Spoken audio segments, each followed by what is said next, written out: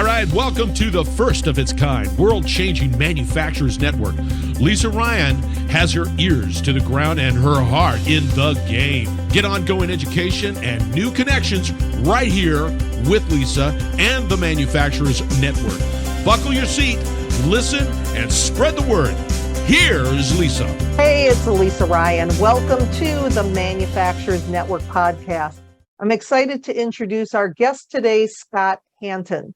Scott is a Ph.D. chemist with over 30 years of experience in the lab who has recently changed careers to media.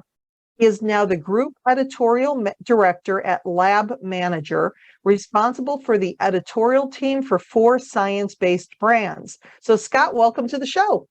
Thank you, Lisa. I'm happy to be here.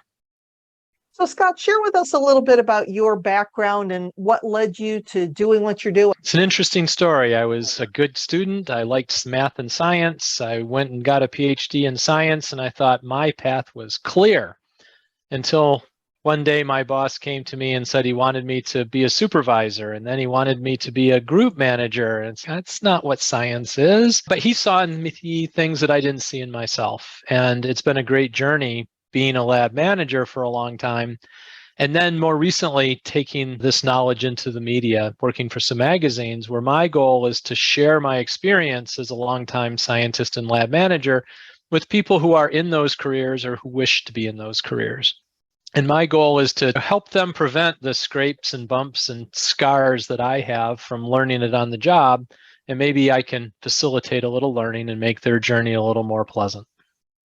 Wow. One of the things that you just said about your manager seeing more in you than you saw in yourself even, it's such a mark of what makes up a good manager, because they are not always the easiest people that we report to, but for some reason they see bigger things than sometimes we see in ourselves. So see what happens? It's remarkable, actually, that people get, and I was one of them, so focused on the tactical work that was needing to be done that I didn't realize that I had broader strengths and skills that could benefit the organization. And I needed someone to point it out.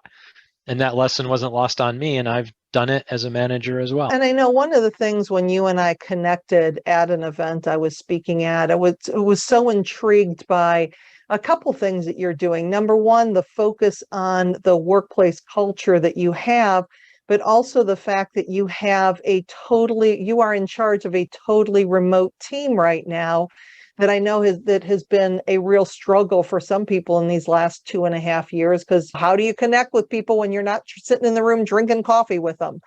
So I want to start first of all with company culture, and what are some of the things that you've seen, that you've done, that you've incorporated that have really helped you in your career?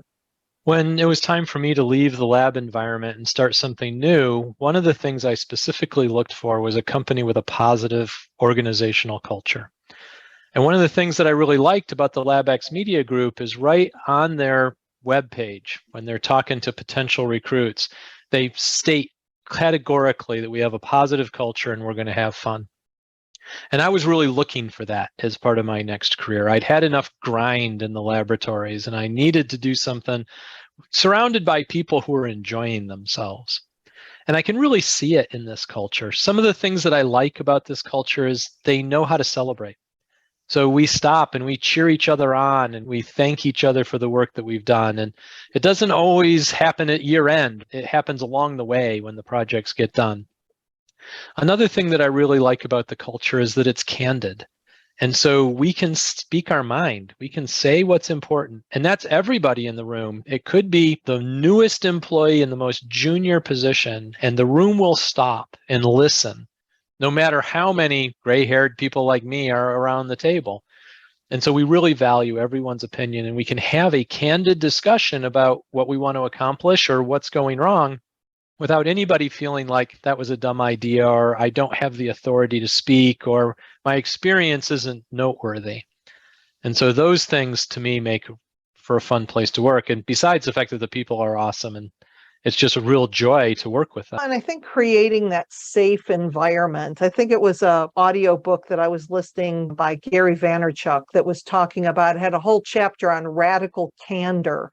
And being okay with you're still being respectful, but that open, honest, what's going on. And like you said, no matter what position they are in the organization, that everybody feels safe to share their opinions.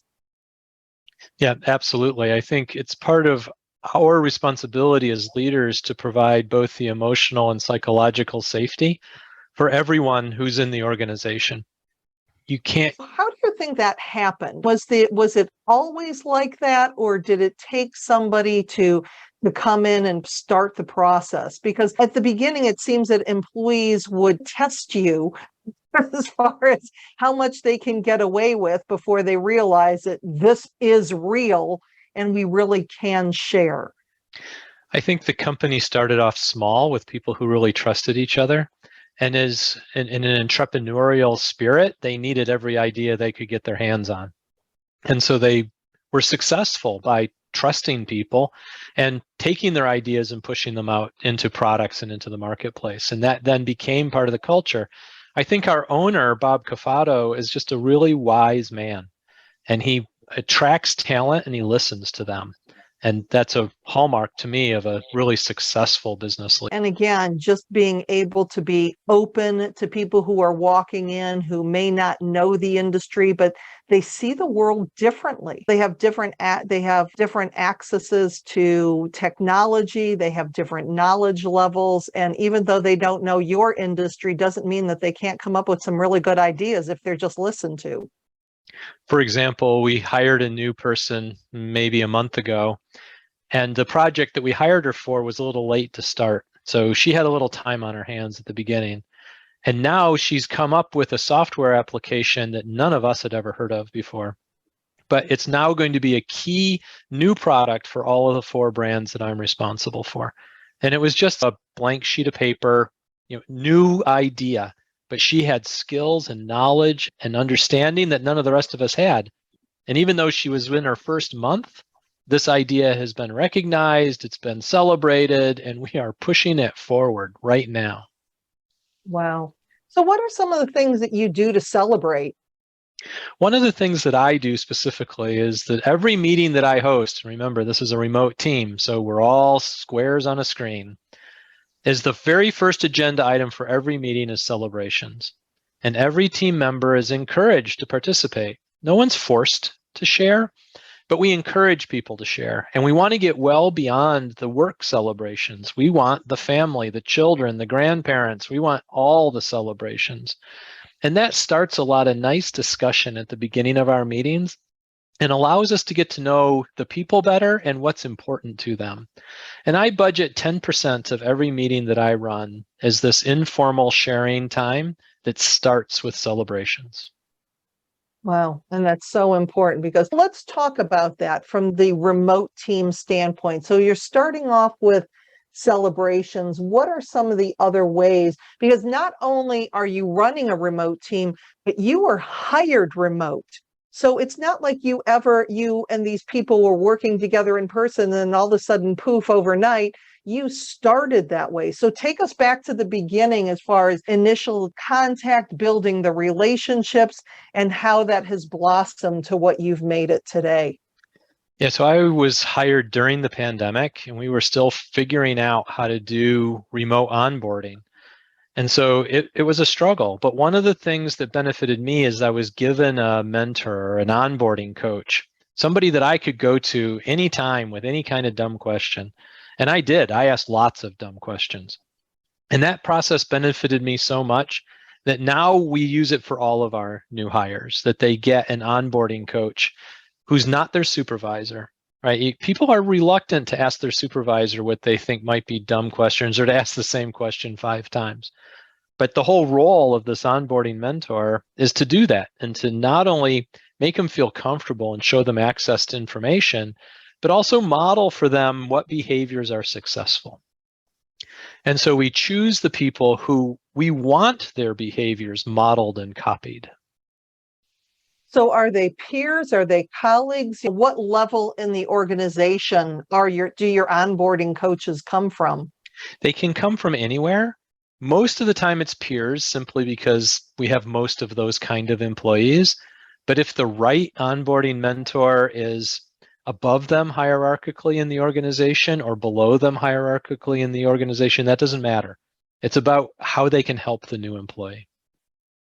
Yeah, I think in a lot of the programs that I do, onboarding is just consistently such an important part of the whole retention process, because you have that really vulnerable time between when the offer is made and when the person actually starts. And if they don't feel the connection with you, whether it be phone calls or a welcome email or a welcome package or a swag bag in the mail sent to them, and making that first day magical. Like in your case, it sounds like they have the onboarding coach that comes in, but whoever that connection is, to just make it as memorable as possible. It sounds like you've done some really great things with onboarding. Anything else besides that coach that has also helped in that process? We actively plan the first day, the first week, and the first month of a new employee. So there's long checklists of activities that need to be accomplished that the hiring manager is responsible for, but that all of us on the team contribute to. And again, we want to make that, just what you said, we want to make that experience memorable and magical, to make them feel included as quickly as possible. I think that belonging is a really powerful force for most of us as humans. And most people want to belong. And we want people to feel like it's easy to belong with us, that we want to sand down the rough edges and fill in the potholes and make that path to full belonging as easy as possible. The other thing that we do is we carefully craft 30, 60, and 90-day objectives so they know immediately what's expected of them, and they're going to get feedback right away to help correct issues or to help them find the people or the information that they need. Because I think most people want to feel like they're contributing, they're getting paid, and they want to be attached to the purpose and the mission of the organization, and they don't want to just be reading all the time. So we want to get them to the point where they are actively contributing to the organization as quickly as possible. And again, taking that extra step, being remote, of really letting them know the goals so that they're not out there flailing like, here, go swim with the sharks and see if you sink or swim. And as a remote organization, it's hard for somebody who's unsure to just wander down the hall and ask questions. The hallway is virtual. They may not know who they need to wander into. And so a lot of what we're doing in the first month is introducing them to a wide range of people, and not just the name and the face and the role, but what are they doing? How can they help? What sort of knowledge do they have? And then to set up meetings so they get comfortable talking to these people and feel like they can set up a little Zoom call, a 10-minute one, and get a question answered, just like they might wander down a hallway in a brick and concrete sort of environment. And is that something that you set the one-on-one meetings with different people, the different introductions for those 10-minute meetings, or how do those happen? As soon as their email is active in our system, so before day one, we can then schedule meetings for them. And so the hiring manager is going to schedule a wide range of meetings with people. So it shows up on their calendar right away when they show up, and here's people that they need to know. And then we'll review that list of people with them so they have context and they're not just going into a meeting blind. Wow. It makes so much sense to do that. Let's go back to day one. What does day one look like for that person? So there's a formal company onboarding that's run by our HR department, and they're going to go through the whole company and the procedures, the employee handbook. One thing I really like about this company is it has an employee handbook that makes sense. It's not legalese, it's not thou shalt, it's a we are document. And so they go through that in detail. We'll go through where is information stored, how do the different systems work. And it's not a 15-minute, let's go as fast as we can. She usually schedules 2 hours. So there's lots of time for questions and lots of time for interaction to make sure that the person has a good foundation. The next step in the process is to talk to the hiring manager directly. And they should have had multiple conversations. That person led the interview, probably communicated the offer, right? There's been a lot of interaction between the new person and the hiring manager before day one. But now it's to reinforce, we are so excited to have you here. Here are the reasons we are so excited. And let's start talking about how you can help us. We'll go through our objectives. We'll start the roadmap. We'll give the background information about the people we're going to meet. But we also want to leave time for questions. And in every meeting along this journey, this onboarding journey, we're going to probe the new employee for what questions they have. Because none of us are mind readers, and while I might think that the onboarding process was designed very well, we may want to make it tailored to the individual. And the only way to do that is to make it safe enough for them to speak their mind. And that starts on day one. Then the group manager will interact with the person to talk about the broader role, the bigger organization, the purpose. And in many times, day one's done then. But now we're going to get into meeting the teammates and figuring out just how they fit into this team so that they can learn from them, they can bring their skills and talents, and we can go do something new and exciting. And let's back it up just a little bit even more than that. How do you determine the right people to even hire? How do you figure out who's going to be successful in this remote environment? I saw this line from Southwest Airlines years ago, and it was higher attitude and trained skill. So we are very much looking for people who have the right attitude, who will join and contribute to our group and company culture and not detract from that culture. So we have certainly looked at resumes that are fantastic, right? All the big gold stars that you would expect from a resume, but after a phone screen, it's like, no, doesn't really mesh with where we want to go, isn't showing any kindness or compassion or empathy. And those are things you've got to have to be successful in this sort of virtual environment. And so the skills, we can train them. We have people who can train them. If we find somebody who really has the passion and the perseverance that we're interested in, if they don't have a particular skill that we have, we'll teach them. And we're not going to let some perceived gap in a resume stop us from hiring the right human being. Wow. And this is all the remote, but before you had this remote career, you also saw a culture from the in-person. And one of my favorite things that we've talked about is, of course, the red bandana. So tell us some of the things about what you did with your culture and what in the world I'm talking about with that. So what Lisa's referring to is a long career in analytical research labs and in contract labs. And the lab life can be a grind. So people that they are executing these tactical bench experiments, and they're hard. Life in a research lab is difficult and challenging. And so we have to support each other. And one of the ways that I wanted to support the lab staff was to be directly available to them in times of crisis. And so every new employee received on day one from me a red bandana. And the concept was, here is your red flag. I'm the general manager of the organization, and I'm a very busy human being. And I attend meetings all the time, and I'm on calls all the time, and I can't walk down the hallway without somebody stopping me. But if there's a problem and you think I can be part of the solution, seek me out and throw that red banner at me. So maybe I'm in the middle of a meeting. Maybe I'm on a call with a customer. And if that red flag comes flying, you are now my top priority. And if it comes flying with tears or blood or some other indicator of urgency, then I'm going to excuse myself from that meeting, and I'm going to give my full attention to that employee and that issue. And it worked. I would get about one red bandana a month with something that was truly important to the individual. And sometimes they were things that I could readily fix, a decision that I need to make. Other times they were complex, big picture, strategic issues that took time and energy to address. But if they don't throw the red bandana at me, then I don't know that it's a crisis for them. And it may be a lower priority for me.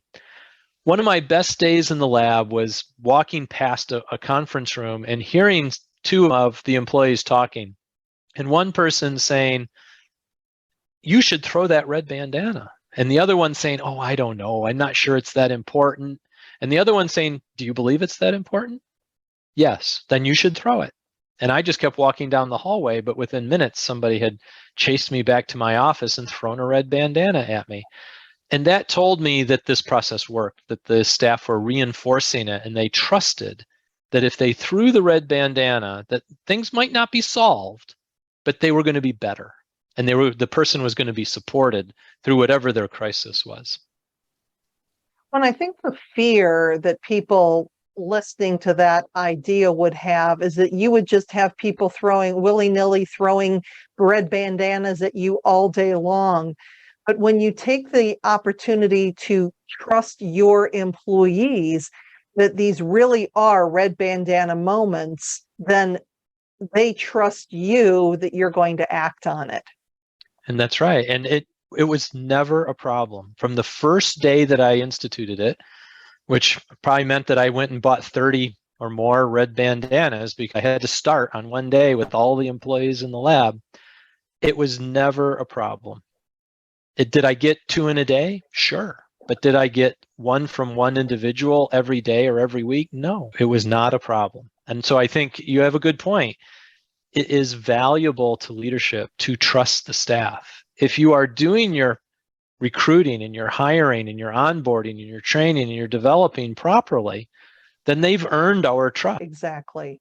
And that's just creating that culture where it's safe for people, because there's way too many times too that, and in your case, it doesn't sound like you had a lot of those people, but there's always going to be employees that are going to take advantage of you. There's a very small percentage that you try these things and they just try to jack the system. But unfortunately, a lot of managers will make their decisions based on the 2% of the employees who are going to jack them versus the 98% of good, solid, hardworking people that they have. So we really have to get to that level of trust, which is what it sounds like you certainly built there. A positive culture is driven by addressing the needs of the many, not the needs of the few.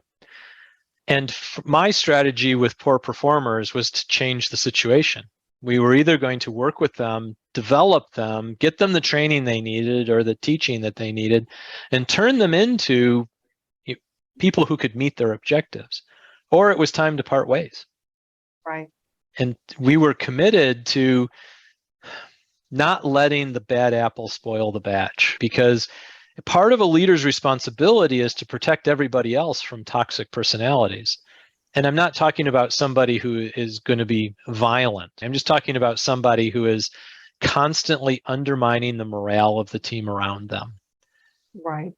And I don't care how good you are at what you do. If you harm our community or our culture, you don't have value. And it's time for you to change or to leave. Yeah. And it's never, ever easy to fire anybody, no matter how horrible that person is, because, of course, you're not only firing them, but you're impacting their family, their livelihood, everything else. But you can't afford to keep somebody who's going to then take it out on the rest of your good team and perhaps start causing your best people to leave. And leaving is a clear data point that you have a problem. But it's harder to see how all of their performance just decline to the lowest common denominator, right? That one toxic employee is just dragging everybody else down.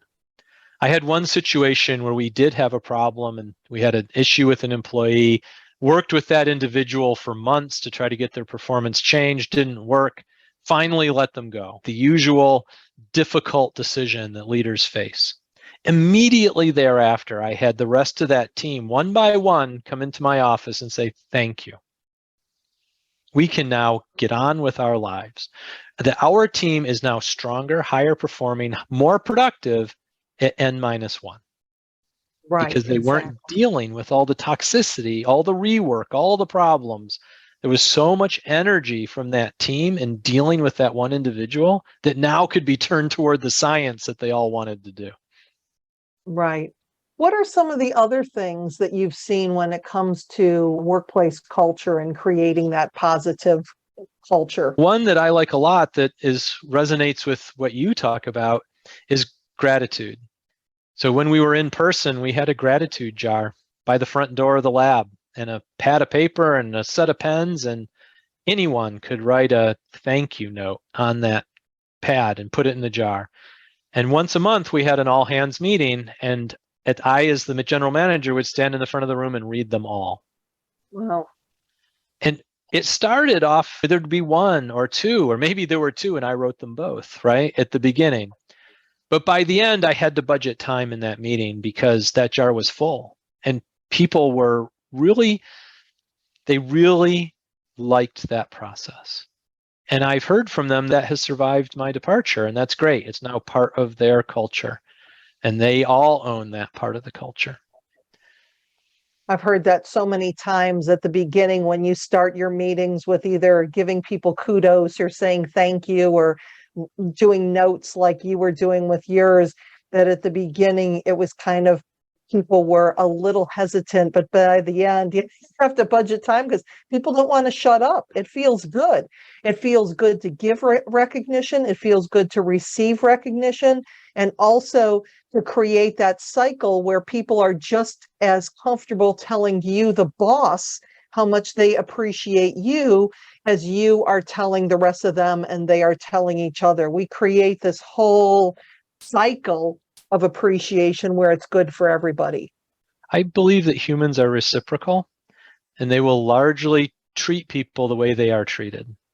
And so if we treat them in a supportive, compassionate, empathetic way, then they will behave that way, and they will treat others that way. You want people to care, then care about them.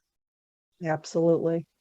So as we're getting to the end of our time together, if somebody listening to this said, man, I would really like to start to turn my culture around, what would be a good and simple way for them to at least get started?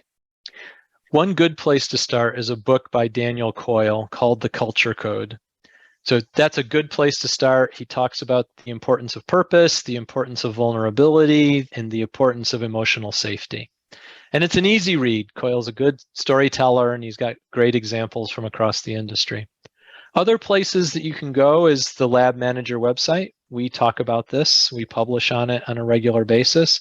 And I'm now putting together some e-learning courses through the Lab Manager Academy that teach the elements of people management and lab management and how you can include a more positive culture into your organization. There's lots of other resources out there. The Association from Lab Managers, ALMA, is a good source.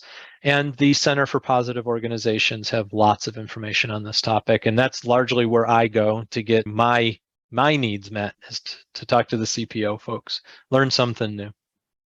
Well, the most important thing is that you read these things and you actually do something with it. Imagine that. Isn't that the point? Exactly.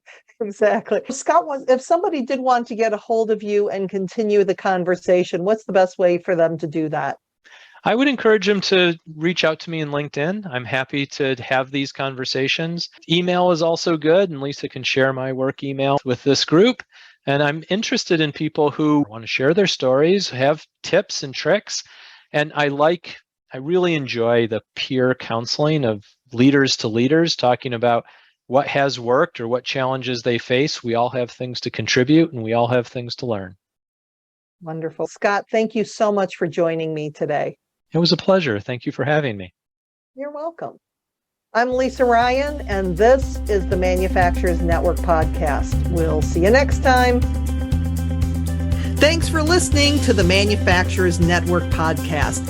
Do me a favor and share this podcast with your friends and colleagues so we can grow this network and connect more fantastic folks just like you. You can either send your buddies to the website at manufacturers-network.com or share the Manufacturers Network podcast on your LinkedIn, Facebook, Twitter, Instagram, or wherever you and your industry friends hang out. Thanks again, and I appreciate you.